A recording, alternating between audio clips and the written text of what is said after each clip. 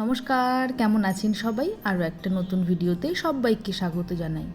তো চলুন, আজ আপনাদেরকে নিয়ে যাব ভারতের অন্যতম রহস্যময় ও শক্তিশালী একটি তীর্থস্থান মা কামাখ্যা মন্দিরে। আসামের গুয়াহাটির নীলাচল পাহাড়ের উপরে অবস্থিত এই মন্দির শুধু একটা ধর্মীয় স্থান নয়, বরং এটি একটি রহস্য এবং তন্ত্র সাধনার অলৌকিক বিশ্বাসের একটা অনন্য কেন্দ্র। কিন্তু আপনি কি জানেন কেন এই মন্দিরকে এতটা রহস্যময় বলা হয়? কেন বছরে 3 দিন মন্দিরের দরজা বন্ধ থাকে? কেন এখানে দেবীর কোনো মূর্তি নেই? আর কিভাবেই বা যাবেন, কখন যাবেন, কেমন কি টিকিট, সব কিছু চলুন আজকে জেনে নেওয়া যাক। গুয়াহাটি রেল স্টেশন বা এয়ারপোর্ট থেকে এই মন্দিরটি মাত্র 8 কিলোমিটার দূরে। ট্যাক্সি, অটো খুব সহজেই পাওয়া যায়। পাহাড়ের ওপর বলে হেঁটেও ওঠা যায় বা গাড়িতেও ওঠা যায়। তবে আমরা যে সময় গিয়েছিলাম সেই সময় কিন্তু হেঁটে যেতেই হচ্ছিল, কারণ এটা ছিল একদম অম্বুবাচীর সময়।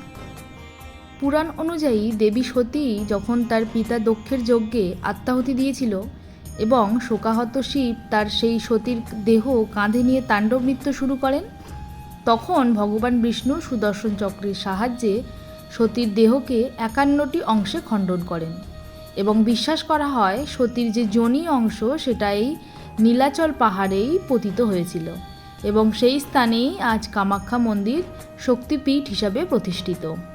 ঐতিহাসিকভাবে মনে করা হয় প্রাচীন কামরূপ রাজ্যে এই মন্দিরের উৎপত্তি হয়েছিল। বহু শতাব্দী ধরে এটি শুধু তান্ত্রিক সাধনা ও শাক্ত উপাসনার কেন্দ্র হিসাবেই পরিচিত ছিল।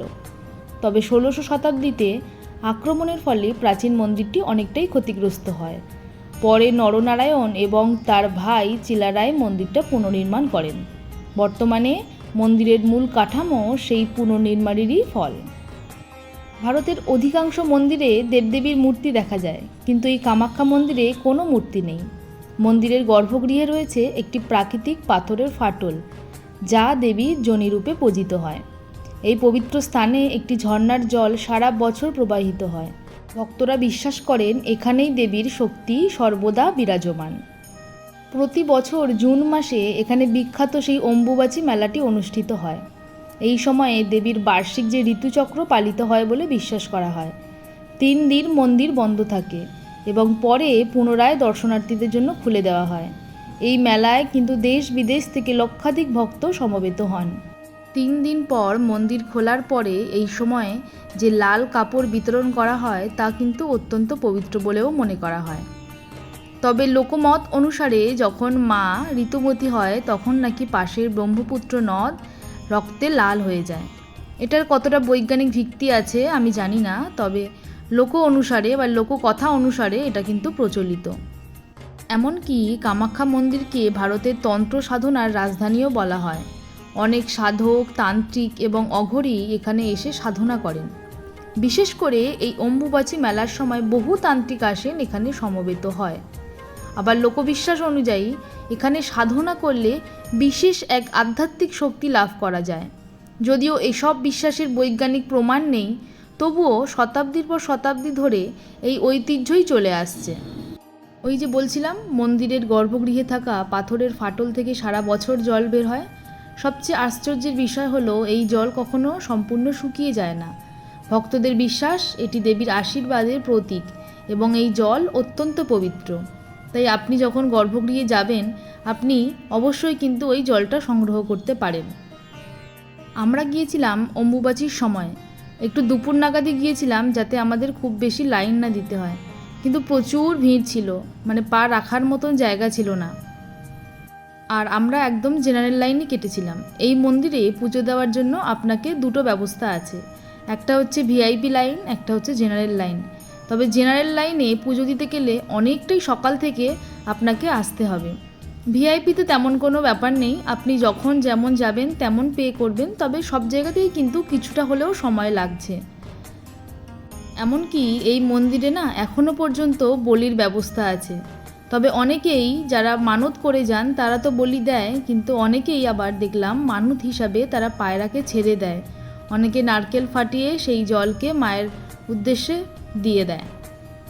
যেহেতু মা কামাখ্যা দেবী শক্তি, সৃষ্টি ও মাতৃত্বের প্রতীক, তাই কামাখ্যা মন্দির শুধু একটা ধর্মীয় স্থান নয়, এটি ভারতের আধ্যাত্মিক ও সাংস্কৃতিক ঐতিহ্যের এক অমূল্য সম্পদ। এই মন্দিরে পুজো দেওয়ার পরে অবশ্যই কিন্তু ভোগের ব্যবস্থা আছে, তাই আপনারা যারা যাবেন অবশ্যই 12টার পরে একটা যে টিকিট পাওয়া যায় সেটা কিন্তু কেটে নিয়ে অবশ্যই ভোগ প্রসাদ আপনি পেতে পারবেন। আর যারা আপনারা একদম পুজো দিতে চাইছেন তারা চেষ্টা করবেন যে বাইরে থেকে কোনো একটা পূজারীকে নিয়ে গিয়ে পুজো দেওয়ার। আমাদের পরিচিত ছিল, তাই আমরা ওনাকেই ফোন করে নিয়েছিলাম এবং উনি খুব সহজেই আমাদেরকে ভিতরে ঢুকিয়ে দিয়ে পুজোটা দিয়ে দিয়েছিলেন। আর আপনাদের যাদের ধরুন পরিচিত নেই বা আছে, সেক্ষেত্রে কোনো অসুবিধার জায়গাও নেই। আপনারা বাইরে দাঁড়ালে অনেক পুরোহিত আছেন বা পূজারী মানুষ আছেন যারা কিন্তু আপনাকে জিজ্ঞাসা করবে যে আপনারা কেমন ধরনের পুজো দিতে চাইছেন, কটা ডালা দিচ্ছেন।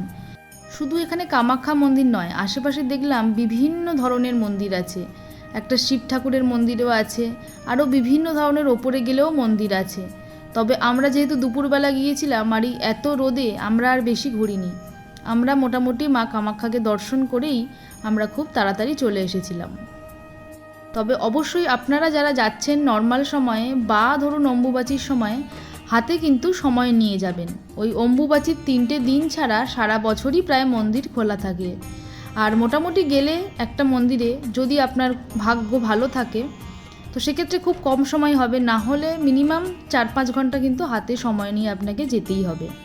ওই অম্বুবাচীর 3টে দিন পুরোপুরি মন্দিরের মূল দরজা বন্ধ থাকে, কোনো পুজো কোনো দর্শন কিচ্ছু হয় না। এমনকি অসমে এই কদিন কৃষকরা মাটিও কোপান না, গাছও লাগান না।